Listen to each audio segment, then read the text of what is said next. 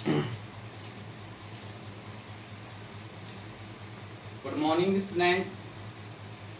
तो कल हमने 10th क्लास के मैथमेटिक्स के अंदर उसका एग्जाम पैटर्न और साथ में उसके सिलेबस के बारे में अध्ययन किया था। हमने देखा था कि हमारा जो ईयरली एग्जाम होगा वो 80 मार्क्स का होगा और वो 80 मार्क्स 30 क्वेश्चन में डिवाइड होगा और साथ में आपको नोट करवाया गया था कि प्रत्येक क्वेश्चन कितने कितने नंबर का होने वाला है। साथ में आपका सिलेबस जो है वो सिलेबस में क्या है, कितने चैप्टर हैं, 19 चैप्टर हैं और प्रत्येक सब्जेक्ट चैप्टर का नाम और साथ में उसका अंक विभाजन आपको कल मैंने लिखवा दिया और आशा करते हैं आप लोगों ने नोट भी किया होगा। तो मैंने क्लास में आपको 2 चैप्टर करवा दिए हैं, वैदिक गणित और वास्तविक संख्याएं या संख्या पत्ती आपको करवा दिया गया है कंप्लीट, उसका होमवर्क भी चेक कर दिया है। अब नया चैप्टर अपन पढ़ेंगे, चैप्टर नंबर 3 है, क्या है, पॉलिनोमियल्स है।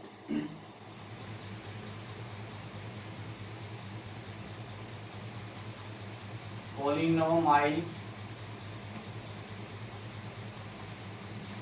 यानी बहुपद।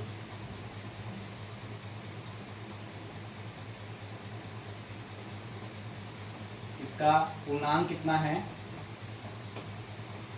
4 नंबर का ये आपका चैप्टर है। तो सबसे पहले नाम से आप देखोगे बहुपद, बहु का मतलब बहुत सारे पद। ये इसकी एक्चुअल सही लैंग्वेज नहीं है, सही परिभाषा नहीं है। तो बहुपद पढ़ने के लिए सबसे पहले अपने को चर और अचर का ज्ञान होना चाहिए। अब चर क्या होता है और अचर क्या होता है, वेरिएबल्स आप क्या होता है कि चर क्या होता है, वे राशियां जिनका मान हमें पहले से ज्ञात नहीं होता है उसे चर राशियां कहते हैं और वे राशियां जिनका मान हमें पहले से ज्ञात होता है अचर राशि कहते हैं। तो पहले अपन पढ़ते हैं वेरिएबल्स के बारे में। चर राशियां,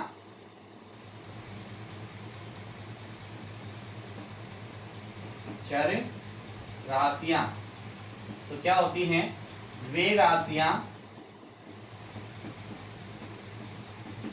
जिनका मान हमें पहले से ज्ञात नहीं होता है, जिनका मान हमें ज्ञात नहीं होता है, जिनका मान हमें ज्ञात नहीं होता है,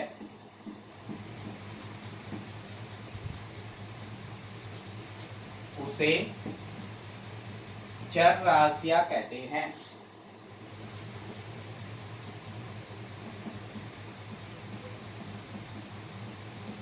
जैसे फॉर एग्जांपल के तौर पे आप देखोगे x का मान कितना होता है, x की वैल्यू कितनी है पता है क्या आप लोगों को? नहीं पता, क्योंकि x एक चर राशि है, x का मान हमें ज्ञात नहीं होता है।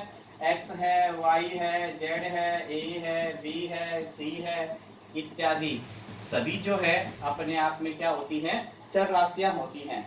तो वे राशियां जिनका मान हमें ज्ञात नहीं होता उन्हें चर राशियां कहते हैं। That's for example A B C X Y Z, यानी ए से लेकर जेड तक सभी अपन क्या बोल सकते हो, चर बोल सकते हैं। जिनकी वैल्यू हमें ज्ञात नहीं होती है वो क्या होता है, चर होता है। फिर आप देखोगे अचर राशियां,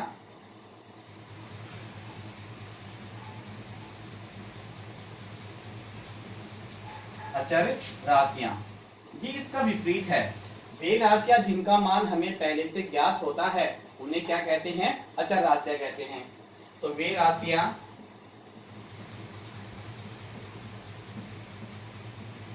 जिनका मान हमें ज्ञात होता है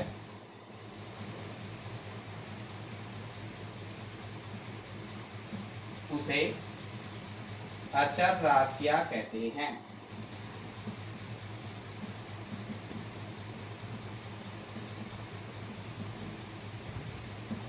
जैसे फॉर एग्जाम्पल के तौर पे आप देखोगे तो 5 है, 5 की वैल्यू कितनी है, 5 आप पहले से जानते हो, 2 है, 1 है, पाई है, इन सभी की वैल्यू आप पहले से ही जानते हो। तो चर और अचर में आपको डिफरेंट पता लग गया होगा। चर राशियां वे राशियां जिनका मान हमें पहले से ज्ञात नहीं होता है उन्हें चर राशियां कहते हैं, और वे राशियां जिनका मान हमें पहले से ज्ञात होता है अचर राशियां कहते हैं। तो आप इनको नोट करोगे तो उस टाइम जब आप वीडियो देखोगे तो उसमें जहाँ पे आप प्ले करते हो वहीं पर आप क्लिक करोगे, प्ले के स्थान पे क्लिक करोगे तो ये क्या हो जाएगा, स्टॉप हो जाएगा, फ्यूज हो जाएगा, तो वहीं पे ये रुक जाएगा, और रुकने के बाद में आप इसको आसानी से क्या कर सकते हो, नोट कर सकते हो। तो आप क्या करोगे, वीडियो जहाँ पे वीडियो आपका प्ले हो रहा है उस प्ले पे ही क्लिक करोगे, तो जैसे आपके पास ये क्लिक का ये निशान मिलेगा ऐसा, ठीक है, तो वहां पे अपन क्लिक करेंगे तो ऐसा निशान आ जाएगा, फिर बाद में वहां पे क्या हो जाएगा, ये स्टॉप हो जाएगा, और फिर आप आसानी से क्या कर सकते हो, इसको आप नोट कर सकते हो। फिर पुनः चलाना है तो इसी पे क्लिक करोगे तो ये क्या हो जाएगा, प्ले। तो इस प्रकार से आप वीडियो को बार बार प्यूज कर कर इसको नोट कर सकते हो।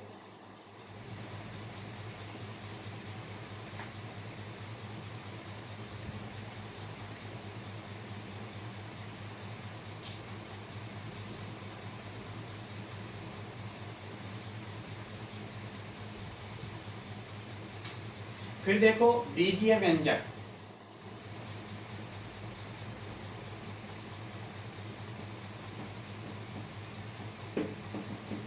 बीजीय व्यंजक ये सभी अपन किस लिए कर रहे हैं, बहुपद की परिभाषा निकालने के लिए सब पढ़ना पड़ रहा है अपने को। और आपने छोटी क्लासों में 9 क्लास में 8 क्लास में पढ़ा होगा, चर अचर बीजीय से पहले आ चुके हैं ये। तो बीजीय व्यंजक क्या होता है, कुछ निश्चित चर अथवा अचर राशियों के योग, अंतर, भाग, गुणा के संयोग से बनने वाले पदों की संख्या को क्या कहते हैं, बीजीय व्यंजक कहते हैं। और ये जो बीजीय व्यंजक होते हैं यही अपने आप में क्या होते हैं, बहुपद होते हैं। तो बीजीय व्यंजक को क्या बोलते हैं, बहुपद। और बीजीय व्यंजक क्या होते हैं, कुछ निश्चित चर अथवा अचर राशियों के योग, अंतर, गुणा, भाग से बनने वाले पदों को क्या कहते हैं, बीजीय व्यंजक कहते हैं। तो क्या हो गया, कुछ निश्चित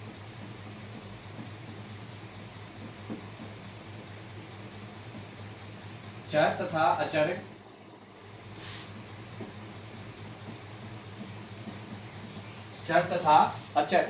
राशियों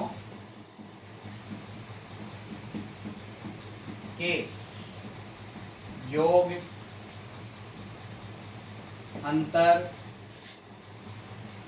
गुणा तथा भाग के संयोग से बनने वाले पदों को बीजीय व्यंजक कहते हैं। जैसे फॉर एग्जाम्पल के तौर पे आप देखोगे x + 5 y² + 3 5x + 2 y - 3 2x इत्यादि, ये सभी अपने आप में क्या है, बीजीय व्यंजक। और इन बीजीय व्यंजक को क्या बोलते हैं, बहुपद बोलते हैं। तो देखो बीजीय व्यंजक क्या होता है, कुछ निश्चित चर अथवा अचर राशियों के योग, अंतर, गुणा, भाग के संयोग से बने पदों को क्या कहते हैं, बीजीय व्यंजक। ये बीजीय व्यंजक एक बहुपद कब होता है उसके लिए भी कंडीशन होती है। यानी आप देखोगे बीजीय व्यंजक क्या बोलते हैं, तो बहुपद क्या हो गया हमारे पास,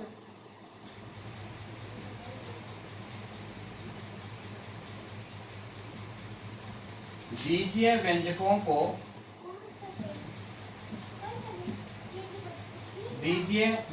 को बहुपद कहते हैं।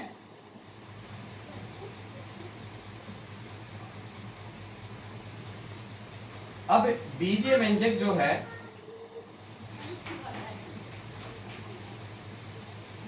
बीजीय व्यंजक बहुपद होने के लिए निम्न शर्तें हैं।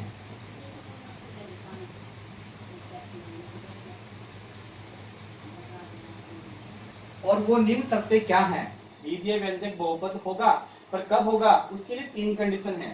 पहली कंडीशन ये है कि बीजीय व्यंजक जो है उसमें जो चर की जो घात है वो क्या होनी चाहिए, धनात्मक पूर्णांक होनी चाहिए। तो बीजीय व्यंजकों में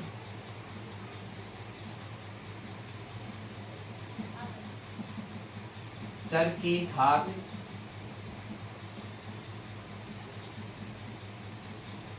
धनात्मक पूर्णांक होनी चाहिए। सेकंड है बीजीय व्यंजकों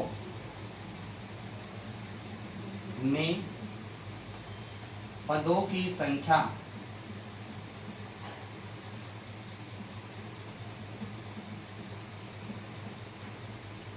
सीमित होनी चाहिए।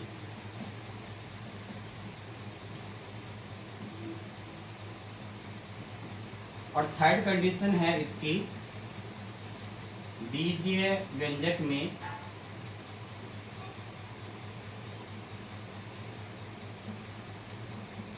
प्रत्येक चर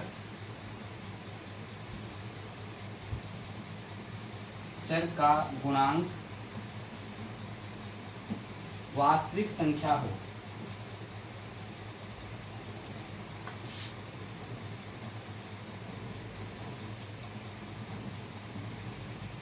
देखिए, सबसे पहले आपके पास पॉलिनोमाइल्स है, बहुपद। बहुपद क्या होता है? बीजीय व्यंजकों को बहुपद बोलते हैं। और बीजीय व्यंजक क्या होते हैं? कुछ निश्चित चर तथा अचर राशियों के योग, गुणा, भाग, ठीक है, अंतर के पदों से बनने वाले पदों को क्या कहते हैं? बीजीय व्यंजक कहते हैं। बीजीय व्यंजक एक बहुपद होगा, उसके लिए 3 कंडीशन होनी चाहिए। बीजीय व्यंजकों में चर की घात धनात्मक पूर्णांक हो। तो यहाँ पे देखो बीजीय व्यंजक है, इसकी घात कितनी है? +1। इसकी घात कितनी है? +2। इसकी घात कितनी है? +1। इसकी घात कितनी है? +1। इसकी घात कितनी है? +1। तो बीजीय व्यंजकों में चर जो होता है उसकी जो घात है वो कैसी होनी चाहिए? धनात्मक पूर्णांक होनी चाहिए। इसमें पदों की संख्या सीमित होनी चाहिए। तो इसमें 2 पद, इसमें 2 पद, इसमें भी 2 पद, इसमें 1 पद है। पदों की संख्या सीमित होनी चाहिए। साथ में बीजीय व्यंजकों में प्रत्येक चर का गुणांक एक वास्तविक संख्या, इसका गुणांक 1, इसका गुणांक 1, इसका गुणांक कितना है? 5। और 5 अपने आप में वास्तविक संख्या, इसका गुणांक 1, इसका गुणांक 2। वास्तविक संख्याएं, परिमेय या परिमेय संख्याओं को दोनों को क्या बोलते हैं? वास्तविक संख्याएं बोलते हैं। तो 3 कंडीशन होंगी, कौन कौन सी? बीजीय व्यंजक में चर की घात धनात्मक पूर्णांक हो, बीजीय व्यंजकों में पदों की संख्या सीमित हो, और थर्ड है इसमें बीजीय व्यंजकों में प्रत्येक चर का जो गुणांक है वो एक वास्तविक संख्या हो। प्रत्येक पद में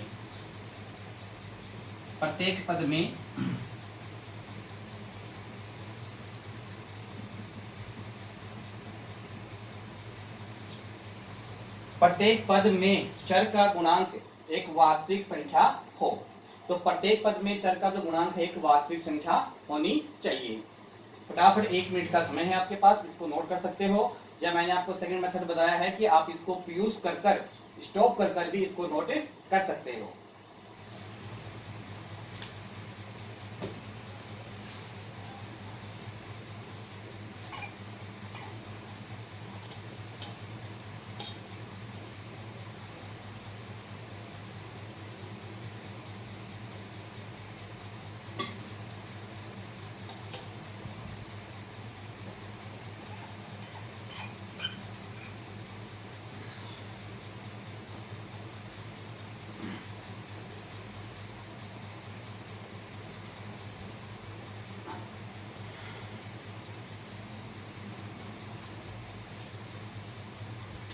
तो आशा करते हैं कि आपने नोट कर लिया होगा। फटाफट नोट कर लीजिए, मैं फिर से बोल देता हूँ, एक बार रिपीट कर देता हूँ। बीजीय व्यंजक आप लिखोगे, बीजीय व्यंजक कुछ निश्चित चर तथा अचर राशियों के योग, अंतर, गुणा, भाग के संयोग से बने पदों को बीजीय व्यंजक कहते हैं। बीजीय व्यंजक ही बहुपद होते हैं। बीजीय व्यंजक बहुपद कब होंगे? उसके लिए 3 कंडीशन है। बीजीय व्यंजक में चर की घात धनात्मक पूर्णांक हो, बीजीय पदों में या बीजीय व्यंजक में पदों की संख्या सीमित हो, बीजीय व्यंजक में प्रत्येक पद में चर की घात एक वास्तविक संख्या होनी चाहिए। ये 3 कंडीशन के अनुसार प्रत्येक बीजीय व्यंजक क्या होता है? बहुपद होता है। तो आपने नोट कर लिया होगा, अगर नहीं किया है तो आप इसको यूज कर नोट कर सकते हो।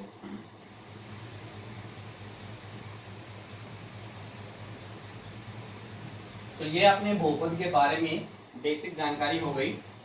अब इसमें देखो हमारे पास गुणनखंड फैक्टर के फॉर्मूले आते हैं जो आपने 8th क्लास और 9th क्लास में जिसका अध्ययन किया है, तो उनको एक बार रिपीट कर लेते हैं। साथ साथ में रिपीट भी हो जाएगा और याद भी हो जाएगा, और साथ में अगर आपको याद नहीं है तो आप उसको नोट भी कर याद कर सकते हैं। तो फैक्टर्स जो है आपके पास गुणनखंड FACTORS फैक्टर्स यानी गुणनखंड के फॉर्मूले अपन यहाँ पे नोट करेंगे। इसमें पहला है a प्लस बी का whole square equal A square plus 2ab plus B square. Second है a माइनस बी का whole square A square minus 2ab plus B square. Third है a square minus B square equal a plus B into A minus B. Fourth है a plus B की power 3 equal a cube plus 3a square B plus 3ab square plus b cube.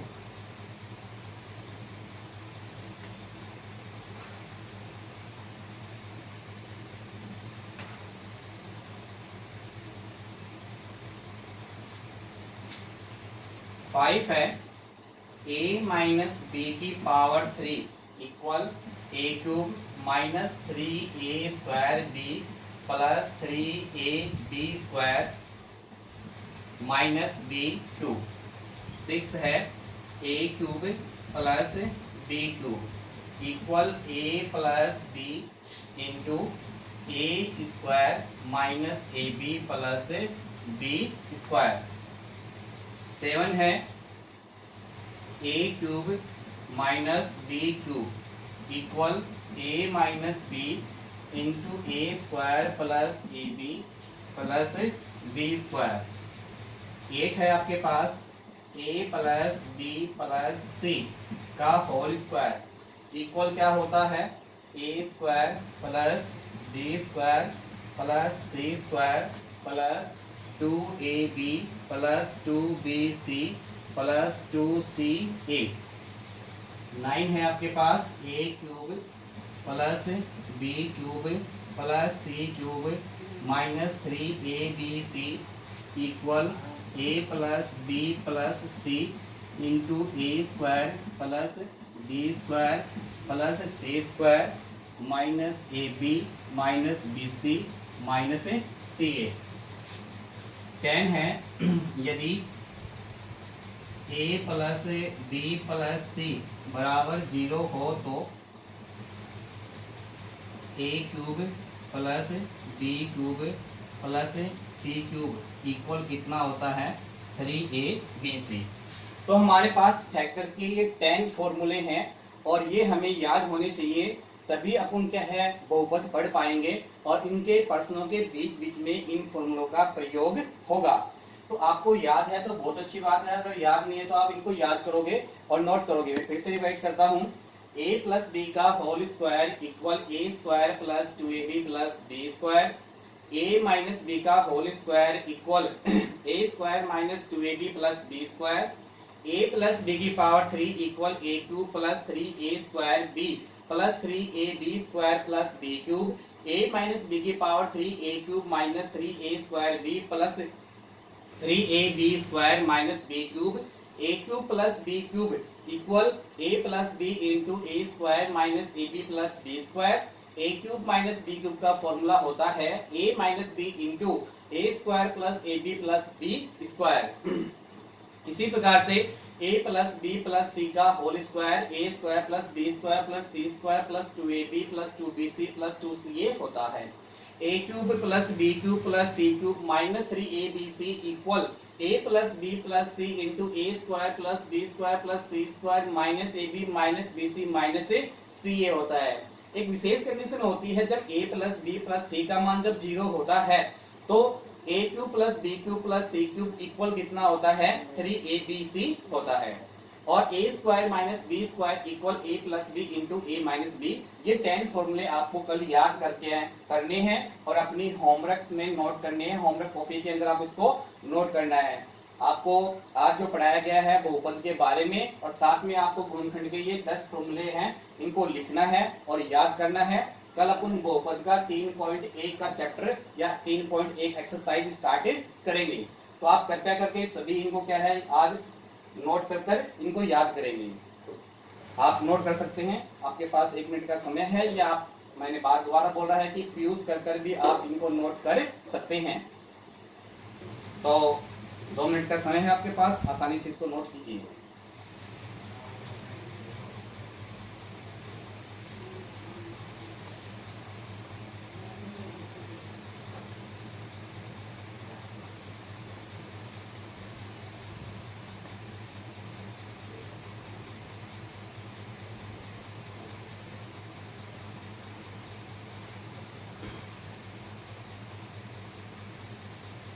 तो आशा करता हूँ कि आप लोगों ने note कर लिया होगा। कल सभी को ये फॉर्मूले याद होने चाहिए, और कृपया करके सभी से निवेदन है कि होमवर्क में आप होमवर्क कॉपी के अंदर अपना काम भी कीजिए और साथ में इसको पढ़िए और साथ में इसको याद कीजिए। किसी प्रकार की कोई भी समस्या है तो आप पुनः पूछ सकते हैं कॉल कर या व्हाट्सएप पर मैसेज के द्वारा आप पूछ सकते हैं। धन्यवाद।